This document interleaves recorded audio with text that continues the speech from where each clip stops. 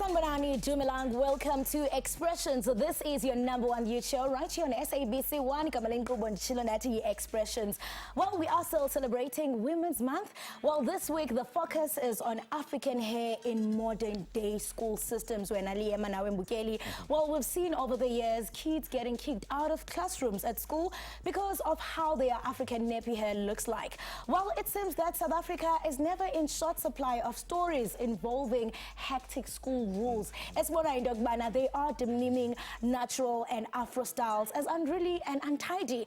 Kumbalona Mbukeli ochisa ibunzi kakhulu. Ntimloke ununkanyezi ukhalosa kalubisi. From South Africa, and of course I am Mulia Mavomisa. Great to have you with us right here on Expressions. Now, around 2019, the United States of America worked on putting the Crown Act into law. Now, Crown stands for creating a respectful and open world for natural hair. This law seeks to end hair discrimination in schools and also in work environments. Now, should similar legislation perhaps be introduced in the South African context to eradicate ignorance or perceptions around natural hair? Despite several campaigns to create awareness and even educate society about the diverse types of hair, colossal ignorance and discrimination still prevails.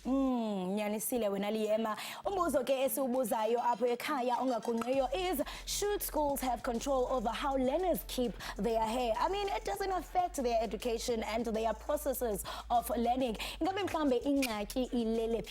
Says Agondano on the ground to ask you as a young person, and this is what you had to say. We shouldn't get discriminated based on our hair because I feel like, okay, not that I'm gonna be racist or anything, but then black children, whenever they like dye their hair, do their hair, it's always a problem. But then as to whites, even though you know their natural color is black and then they dye it to blonde, people don't say anything. They only attack like the people with like braids and stuff. I don't think that it's fair that we should be discriminated on how we look.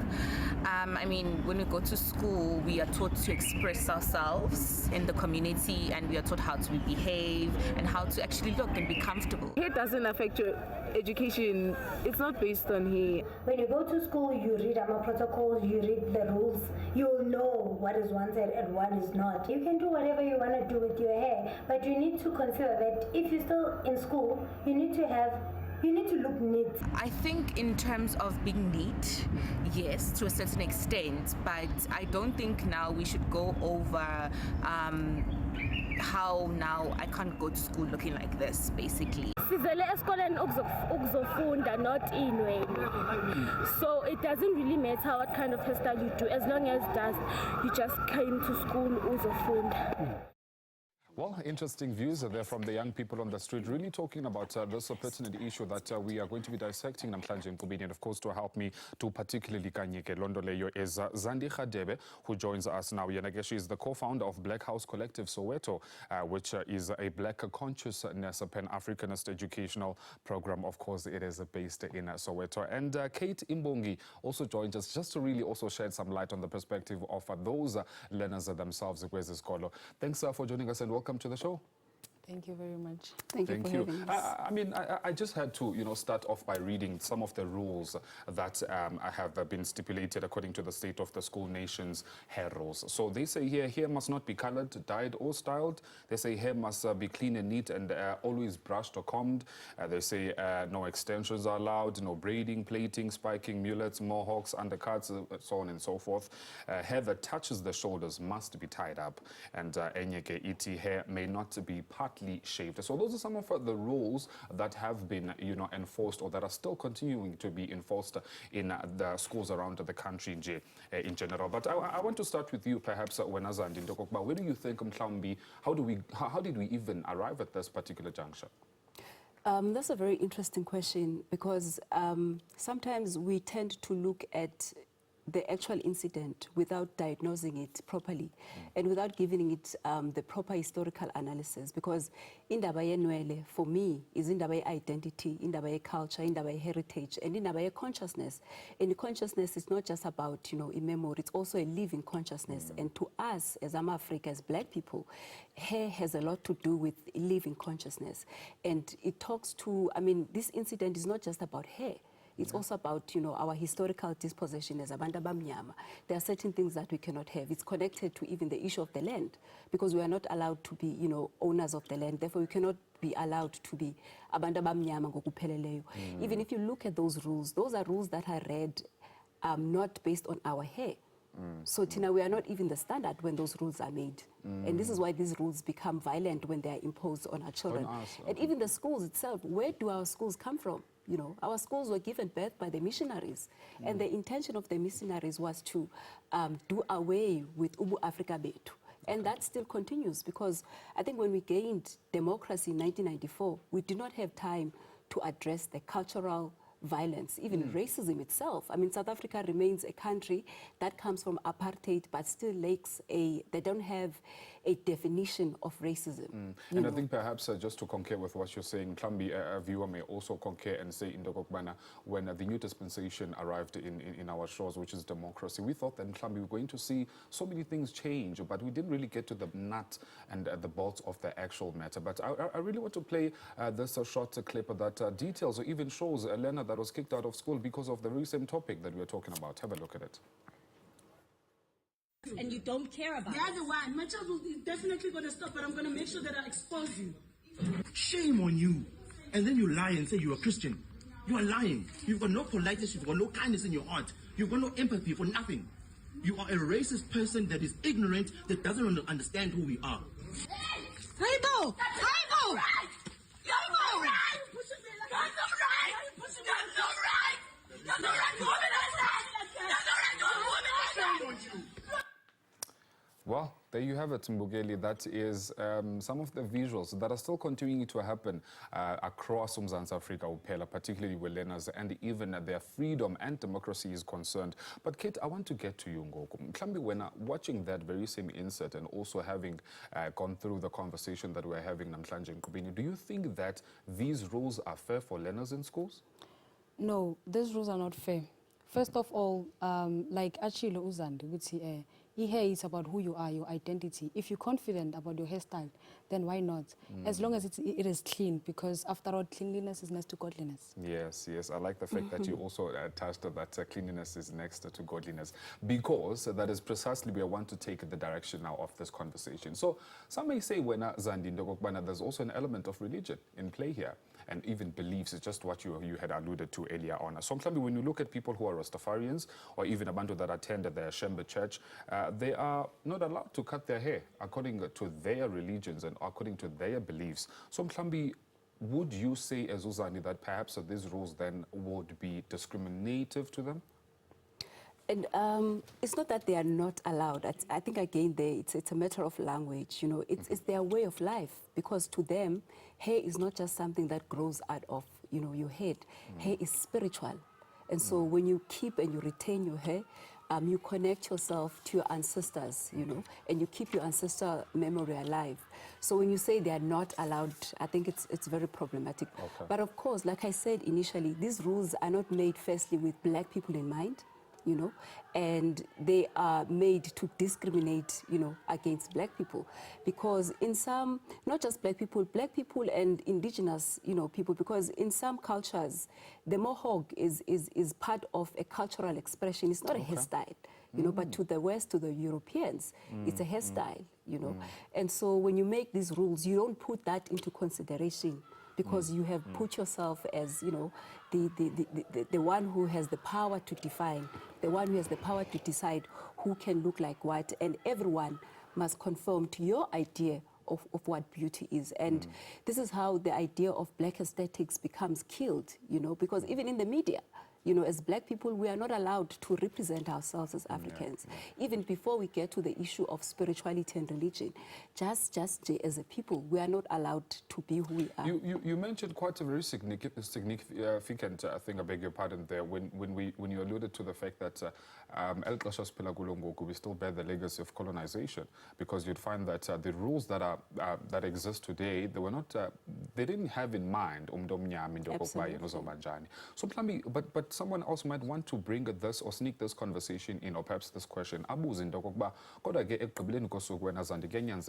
In all schools, kubekho some sort of law that should govern how things should be done. So would you say that perhaps the Department of Education, by the way, I do also want to reiterate, or even just put it out there, that we did also send extend an invitation to the Department of Education, particularly as the National DBE up in South Africa, but unfortunately it was a no-show.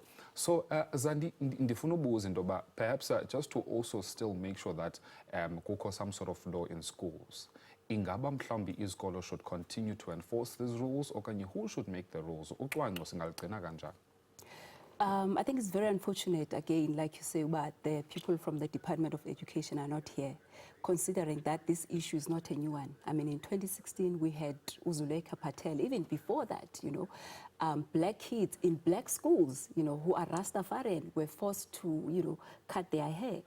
And when this thing happens again in 2023, you would expect that, you know, from 2026 at least to now, the Department of Education has made some serious significant interventions at this school, so that we do know where the rule stands today, instead of us speculating. Because, I mean, seriously, the moment that was presented to us by the students of 2016 should have pushed the government to intervene, so that we don't have laws that continue to discriminate against abantu abamnyama. But at the same time, Putwam, and as now you would know, South Africa comes from a racist past, right? And racism was legislated out, you know, out of existence, so to speak. But you still have individuals who continue to kill black kids because they look like monkeys. You still have black kids who are discriminated against. You still have black kids who experience racism at Even schools. today. So the question you want to ask is how effective is legislation when it comes to racism? Can you really legislate against racism without doing justice? I think Masiba because I need to quickly go to a quick commercial at the break. And also, even when we come back, Kate, I also want to have your perspective on this. But again, just a correction, Mogedu Expressions. It is the Gauteng Provincial Department of Education that we extended an invitation to, and unfortunately, it was a no-show from their side. But we continue with this discussion with Okolosa on the other side. After this, stay with us.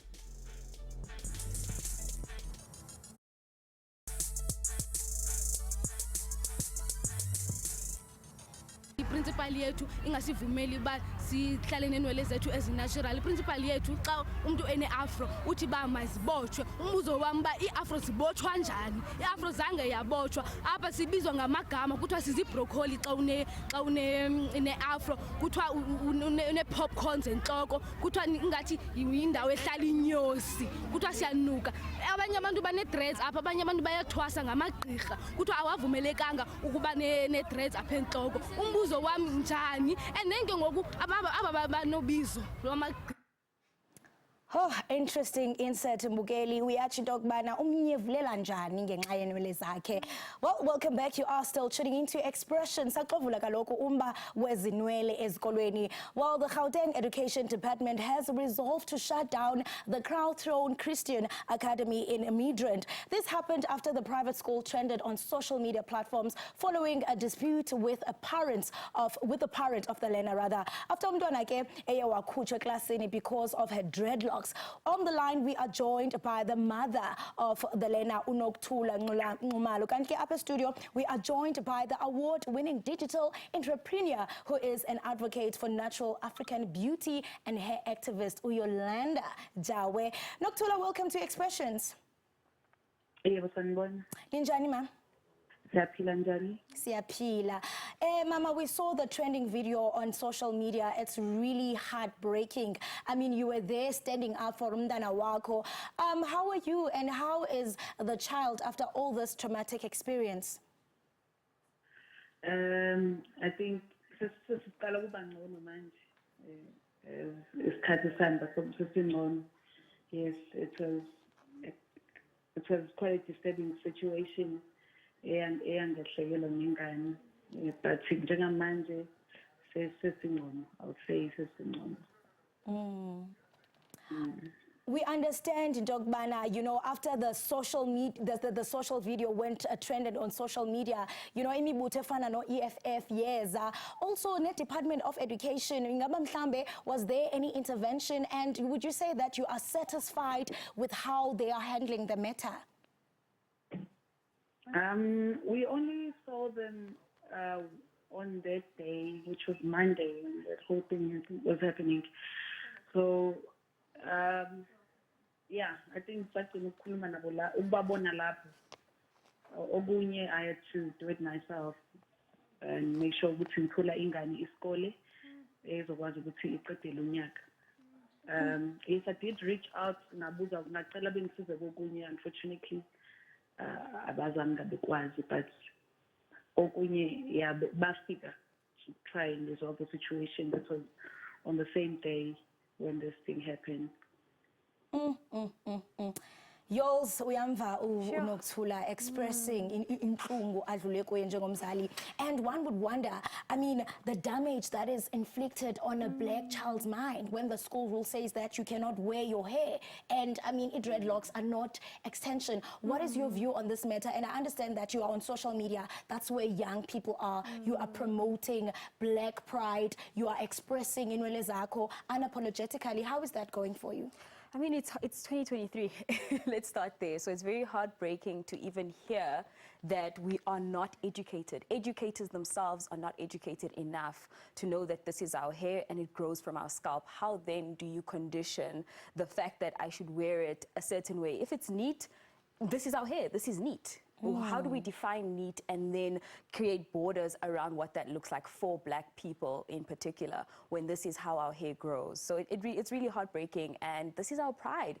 This is my crown, so I wear it with so much pride, and I wish I could have worn it back in 2009 when I was in high school. But now that I can, I know so many other schools at least have transitioned and have opened up their minds that so many other girls wear their natural hair with pride. Boys are able to wear their dreadlocks with pride. So why aren't other schools also getting to a point where they actually change their laws at least according to our race, accommodate us, because South Africa is African by nature, and so are we, so is our hair. We really wish that the Department of Education ebekhona to ask you, Dogbana, when putting all these systems and rules in place, do they have in their minds umntwana womquba omnyama?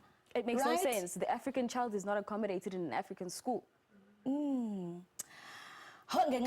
We have to wrap this conversation. We really hope wena sisinokuthula into yokubana yonke lento izawukwazi into yokubana ifikelele esigqibeni, because it's really sad that ungumntana omquba after years of democracy kusekhona umntana ozawunyivelelwa phansi because of their hair. Well, each generation has a mandate to fulfill. Ours as expressions is to make sure that when Mbukeli, you address comments regarding this matter. Make sure that you do interact with us on our social media platforms. Thank you so much for joining us, y'all. Let us take a quick ad break. Do not move a muscle. We'll be right back after this.